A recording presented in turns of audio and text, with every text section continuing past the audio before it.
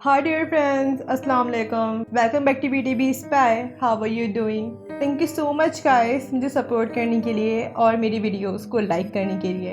So guys, इस video में मैं एक science fiction thriller web series JL50 को रिवील करूंगी। JL50 वेब सीरीज रिलीज हुई सोनी लिव पर सितंबर 4, 2020 में।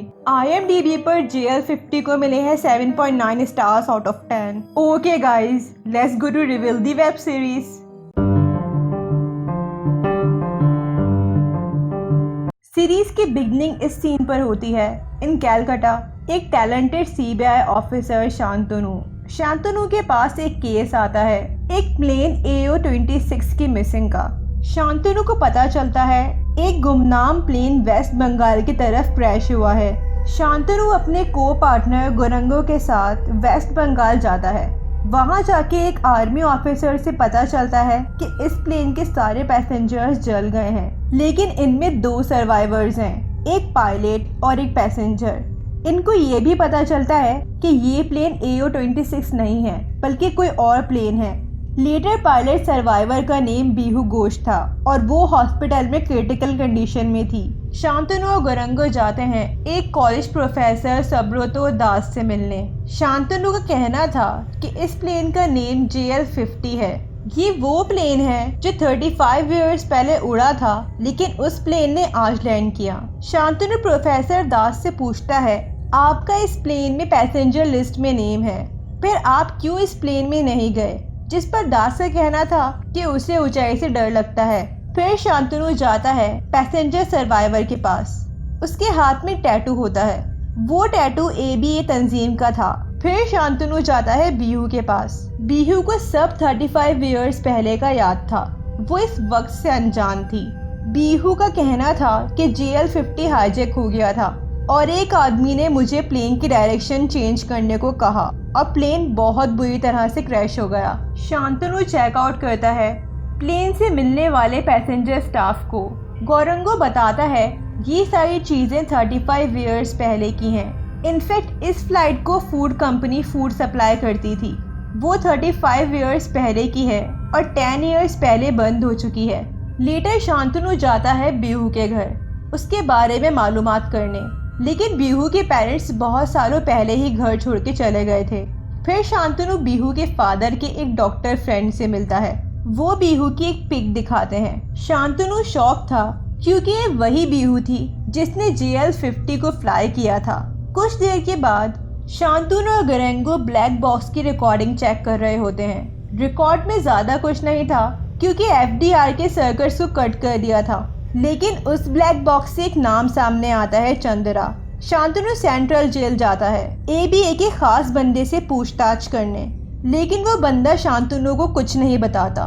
शांतनु को याद आता है प्लेन के पैसेंजर स्टाफ में एक रुमाल पर लिखा था BC मित्रा और पैसेंजर लिस्ट में B मित्रा था। इससे शांतनु को अंदाजा हो जाता है कि C मिडिल नेम है चंद्रा। इससे ये भी पता चल जाता है कि प्रोफेसर चंद्रा ABA के मेंबर हैं। नेक्स्ट डे शांतनु जाता है प्रोफेसर चंद्रा के घर एक साइंस एग्जीबिशन डिपार्टमेंट का मेंबर बनके, और उसे एग्जीबिशन में चंद्रा का वर्क शो करवाना है। चंद्रा के बेटे का कहना था कि कुछ थीसिस हैं। शांतनु जब वो पेपर्स चेक करता है उस पे एक पेपर पर प्रोजेक्ट A लिखा होता है और उस प्रोजेक्ट में प्लेन की डायग्राम बनी हुई थी। शांतनु वो प्रोजेक्ट की फाइल लेकर जा रहा होता है, लेकिन वो देखता है वॉल पर एक बड़ी सी पिक्चर थी पैसेंजर सर्वाइवर की। शांतनु का अंदाजा हो जाता है कि BC मित्रा ही पैसेंजर सर्वाइवर है। अब शांतनु जाता है प्रोजेक्ट A के बारे में पता करने। चंद्रा के कॉलेज जहां चंद्रा पढ़ाया करता था उधर के एक प्रोफेसर से मिलने पर शांतनु को पता चलता है कि ये प्रोजेक्ट A टाइम ट्रैवल के ऊपर है। शांतनु चंद्रा के नेचर के बारे में जानना चाहता था, लेकिन चंद्रा बहुत ही क्रूर था, इसी वजह से ज्यादा लोग उससे अटैच नहीं थे। खैर प्रोफेसर बोलते हैं इसकी मालूमात प्रोफेसर दास को होगी क्योंकि दास ने बहुत साल चंद्रा को असेस्ट किया है और वो क्वांटम फिजिक्स के प्रोफेसर हैं, टाइम और स्पेस। शांतनु जाता है प्रोफेसर दास के घर। दास का कहना था कि बहुत सालों से चंद्रा इस प्रोजेक्ट पर काम कर रहा था और उसने टाइम मशीन का कोड ब्रोक कर लिया।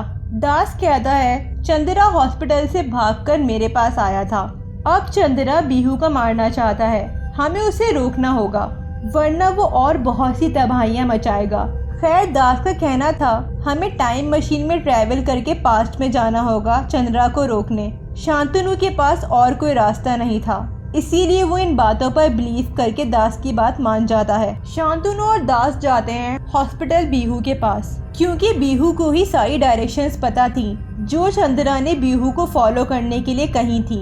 अब ये दोनों ट्रैवल करते हैं बीहू के साथ। अब ये लोग पहुंचते हैं 1984 कलकत्ता में। शांतनु को अभी भी यकीन नहीं हो रहा था बीहू अपने घर नहीं जा सकती थी, क्योंकि वहाँ भी एक बीहू मौजूद होगी। खैर के तीनों होटल में रुकते हैं। शांतनु को रिसेप्शन से करंट डेट पता लगती है 19 अगस्त 1984। शांतनु को इसी दिन किसी ने और फ्रेंच में छोड़ा था। अब शांतनु को ये देखना था कि उसके पेरेंट्स कौन थे।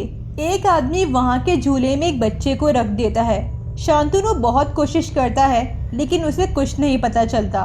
खैर नेक्स्ट डे बीहू अपने घर से कार लेकर आ जाती है। शांतनु जब वो कार देखता है और उसे रियलाइज होता है कि बीहू ही इसकी माँ है। बीहू के पेरेंट्स ने बीहू को कह दिया था कि बीहू का मिसकैरेज हो गया है। शांतनु बीहू को कहता है कि तुमने अपने बेटे को मरा हुआ देखा था।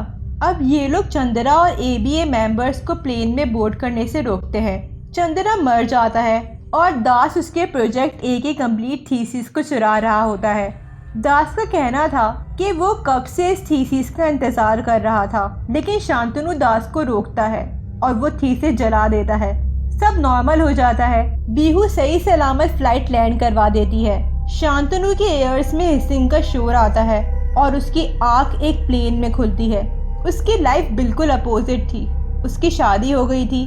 बीहू शांतनु को 5 इयर्स बाद लेने आई और वो बिल्कुल अलग ही नेचर का था। The end. Okay guys, let's go to reveal the ending. Shantanu और दास चंद्रा को मार देते हैं और JL-50 सही सलामत लैंड कर जाता है और दास ने शांतनु को डबल क्रॉस किया प्रोजेक्ट ए के कोर्स लेने के लिए।